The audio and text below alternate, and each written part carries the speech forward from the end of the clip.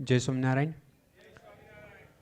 આરાધ્ય ઈષ્ટદેવ પ્રાણ પ્યારા પૂજ્ય ઠાકોરજી મહારાજ, પીવડા ઘનશ્યામ મહારાજ, આદિ ગુરુ શ્રી સ્વામીશ્રીથી માંડીને પૂજ્ય દાદા ગુરુજી સુધીના સર્વે સમર્થ સદગુરુ સંતો, મારા મોક્ષના દાતા પૂજ્યપાદ ગુરુજી, સર્વે સંતો ભક્તોને મારા ખૂબ ભાવથી જય સ્વામિનારાયણ. મારો ટૉપિક આજે છે આ મહોત્સવની દિવ્યતા. આ ઉત્સવ પીવડા મહારાજ પૂજ્યપાદ ગુરુજી એમને રાજી કરવાના એક જ લક્ષ્યથી થઈ રહ્યો છે. એ આ ઉત્સવની પહેલી દિવ્યતા છે. નથી કોઈ સંતો કે ભક્તોમાં મારું નામ, મારું સ્થાન, એના માટેની ખેંચતાન કે કોઈ આગ્રહ.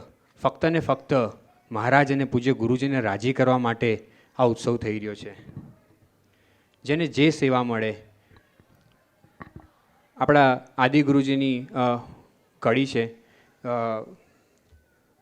નીચી ટેલ મળે તો માને મોટા ભાગ્ય જો, નાનામાં નાની સેવા મળે તો પણ મોટા ભાગ્ય સમજીને આ બધા ભક્તો ઉત્સવમાં સેવા કરતા હોય છે. ઉત્સવ તો આજે શરૂ થયો, પરંતુ ઘણા એવા ભક્તો છે જેમ કે આપણા કિચનમાં સુરેશ ભગત કેટલાય શનિવારથી સવારે 7 વાગે આવે, દિવસના 12 થી 14 કલાક સેવા કરવાની. આટલી ઉંમર સાથે અરવિંદ દાજી હોય, બાબુ દાદા હોય, બહેનો ભક્તો હોય, બધા સાથે જોડાઈ અને આટલી મહેનત કરે. શાના માટે? માત્ર રાજીપા માટે. આપણા પૂજ્ય ધ્યાન સ્વામી, નિમેશ ભગત, મિનેશ ભગત, કૃષ્ણ ભગત, બહેનો ભક્તો 6 મહિનાથી બાળકોને કલ્ચરલ પ્રોગ્રામની તૈયારી કરાવે છે. શાના માટે? માત્ર રાજીપા માટે. આજે બહેનો ભક્તો, તમે પીવડા મહારાજનો સિંહાસનના જે દર્શન કરો, ત્યાં સરસ મજાનું ડેકોરેશન કર્યું છે. અદ્ભુત ડેકોરેશન, બધા ભક્તોને વસ્તુ કે ગમી જાય એવું છે. બહેનો ભક્તો પીવડા મહારાજ પૂજ્ય ગુરુજીની હારની સેવા કરે, બાળકોના યુથ શિબિરના ફૂડની સેવા હોય કે ઉત્સવના ફૂડની સેવા હોય, કેટલાય વીકેન્ડથી આખી રાતો સેવા ચાલતી હોય, કેટલા મહિમાથી સેવા ચાલ્યો છે કે માત્ર રાજીપા માટે.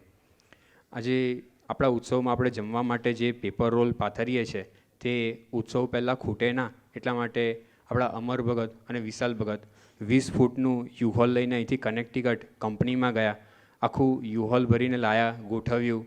કેટલી મહિમા અને દિવ્યતાથી ભક્તો સેવા કરે.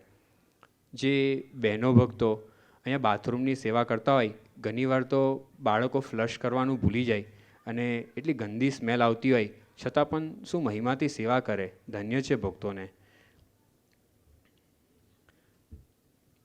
આ સન્ડેના જ્યારે આપણે ઉત્સવનું સ્ટેજ કરવાનું હતું, ત્યારે આપણને ચાવી મળી. સવારે 9:30 વાગ્યાથી પૂજ્ય સંતો અને ભક્તો ઉત્સવની સેવા માટે આવ્યા. સંતોને ઢાળના પાળ ના ચાલે, ખાધા પીધા વિના આખો દિવસ દોડધામ કરવાની.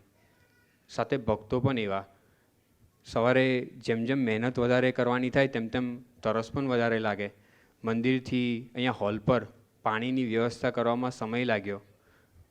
બપોરે જમવાનું પણ 2:30 વાગે ભક્તો જમ્યા, છતાં પણ મોઢા પર કોઈ થાક કે વસ્તુ કે એવી રેખા ના દેખાય, ઉત્સવનો આનંદ દેખાય. સાંજે ભક્તો સેવા કરીને જ્યારે 8 વાગે મંદિર પાછા ગયા અહીંયા હોલ પરથી, ત્યારે પૂજ્ય નીલકંઠ સ્વામીજી નોટિસ કર્યું કે ગાર્બેજ આખી ભરાઈ ગઈ હતી. નીચે પણ ગાર્બેજ બધી આખી સાઈડ પર ઘણી બધી ભરેલી હતી અને તે જ દિવસે સ્ટ્રીટ ઉપર ગાર્બેજ મૂકવાનો દિવસ. સ્વામી કીધું કે ભક્તો આજે અત્યારે જ આ કરવું પડશે, નહીં તો આખું વીક પછી ગાર્બેજ પડી રહેશે બહાર અને ગંધાશે.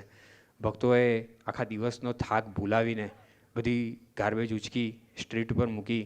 ઘણી ગાર્બેજ લીક થતી હોય, પોતાના પેન્ટ ઉપર ગંદુ પાણી પડે, પણ ભક્તો એટલા મહિમાથી દિવ્યતાથી સેવા કરે. દર્શન કરીને પણ આનંદ થાય. મહારાજ ગઢડા પ્રથમના 3જા વર્તનામૃતમાં પોતે કહે છે કે કદાપી દેહ મૂક્યા સમયે જો ભગવાનની મૂર્તિ યાદ ના આવે, પણ આવા ઉત્સવ સમયમાં આવા ભક્તો, આવા સંતો એ જો સાંભળી આવશે ને, તો પણ ભગવાનની મૂર્તિ સાંભળી આવશે અને જીવ પરમપદને પામે છે. ગઢડા મધ્યના 41મા વર્તનામૃતમાં મહારાજ સેવા કેવી કરવી એનો વિવેક શીખવાડે છે. સેવા કરવી અહોભાવથી કરવી, આત્માના કલ્યાણ માટે કરવી, ભગવાનને રાજી કરવા કરવી, માન મેળવવા માટે નહીં કે પછી વખાણ થાય એના માટે નહીં. એના માટે સેવા ના કરવી એવો વિવેક મહારાજ શીખવાડે છે. અને જે એ વિવેક ચૂકે એને સેવાનું ફળ નથી મળતું. ઉત્સવમાં આ બધા ભક્તો જે મહિમા અને દિવ્યતાથી સેવા કરે છે ને, એ જ આ મહોત્સવની દિવ્યતા છે. ઉત્સવની સેવા, ઉત્સવનો પ્રાણ સેવા હોય છે. અને પ્રાણ જેટલો બળવાન એટલો જ ઉત્સવ પણ બળવાન થતો હોય છે. અંતે હરિચરિત્રમૃત સાગરની કડી યાદ આવે છે. હરિહરિજન મેં જૈસો ભાવા તૈસો હોત હે આપ સ્વભાવ.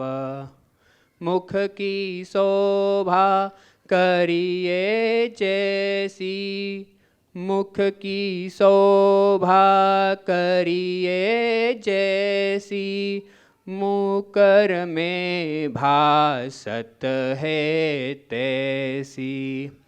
ભગવાનના ભક્તોમાં જેવો ભાવ જોઈએ ને તેવો પોતાનો સ્વભાવ બનતો હોય છે. અને અરીસામાં જેવું પ્રતિબિંબ હોય ને એ ઝળકી ઉઠે છે, એવું સ્વામીશ્રી કહે છે. જેમ કે આપણા હૃદયમાં જેવો ભાવ હોય એ મોઢા પર દેખાઈ જ આવે. જેમ હીરો હોય છે ને કોલસાની ખાનમાંથી નીકળતો હોય, એવું આ ગુણો છે ને એ દૈહિક સ્વભાવવાળા દેહમાં પડેલા હોય. એને છૂટા પાડતાવાળા જોઈએ. જેવું જોઈએ એવું વસ્તુ એ કે ગુણ આપણાને જોવા મળે, એવી દિવ્યતા જોવા મળે. તો આ મહોત્સવમાં આપણે બધા ભક્તો ભેગા થઈએ છીએ, કંઈક ને કંઈક સારી વસ્તુ લઈને જઈએ. કંઈક ભૂલચૂક થઈ હોય તો માફ કરજો, રાજી રહેજો. જય સ્વામિનારાયણ. આનંદનો અવસર આવ્યો દિવ્ય આલોયા ધામે મંગળ